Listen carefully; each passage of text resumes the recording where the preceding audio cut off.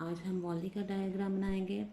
जब हम पेपर पर बनाते हैं हम मीटरों को सेंटीमीटर में कन्वर्ट कर लेते हैं, लेकिन जो ओरिजिनल बनाया जाता है उसकी वो पैमाइश 18 के हम एक लंबाई वाली लाइन लगाएंगे और इसकी चौड़ाई वाली लाइन जो होगी वो 9 मीटर लगाई जाएगी।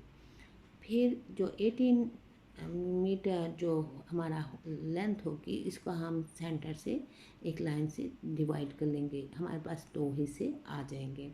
उसके बाद सेंटर लाइन से कोट की जानब 3 मीटर एक लाइन लगाई जाएगी, 3 मीटर दूसरी साइड पे एक लाइन लगाई जाएगी और बाकी मांदा हमारे पास जो होगा वो 6 मीटर होगा। ये 6 मीटर का हमारा बैक जोन बन जाएगा और 3-3 मीटर के फ्रंट जोन बन जाएंगे।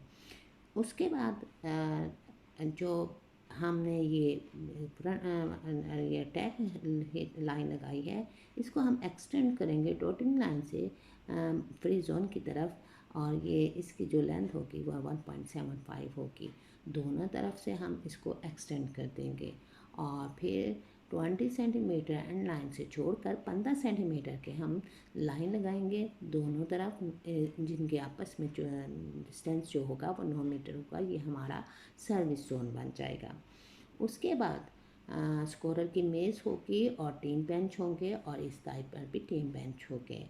स्कोरर की मेज़ के आगे तब्दीली का जोन होगा और यहाँ लिब्रो की तब्दीली का इलाका होगा और इस साइड पे एंड लाइन के इधर हमारे 3x3 का वार्म अप एरिया इस टीम का होगा और दूसरी टीम का 3x3 metre warm up area होगा और 1x1 का प्लंटी एरिया होगा और दूसरी टीम का 1x1 का प्लंटी एरिया होगा।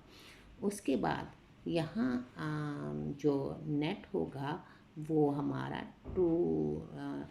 मेल के लिए 2.43 मीटर का होगा और फीमेल के लिए 2.24 मीटर का होगा।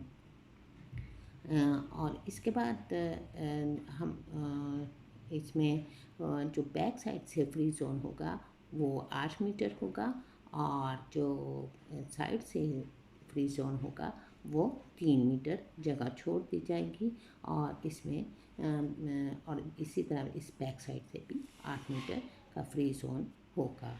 यह कोड हमारा इस तरह कंप्लीट हो जाता है। और जब लेकिन पेपर पे हम बनाते हैं स्केल टेबल के साथ बनाते हैं, हमने हर चीज़ को सेंटीमीटर में कन्वर्ट करना है। सपोज करते हैं जिस तरह 18 मीटर को 18 सेंटीमीटर में, 9 मीटर को 9 सेंटीमीटर में और फ्रंट जोन हमारा 3 मीटर का है, इसको हम 3 सेंटीमीटर शो कर लेते हैं। बैक जोन हमारा 6 मीटर है का है और 6 सेंटीमीटर शो कर लेते हैं। हम अपने पेपर के हिसाब से बनाते हैं और हम साथ स्केल टेबल बनाते हैं ताकि हमें कन्फ्यूजन का शिकार ना होना पड़े।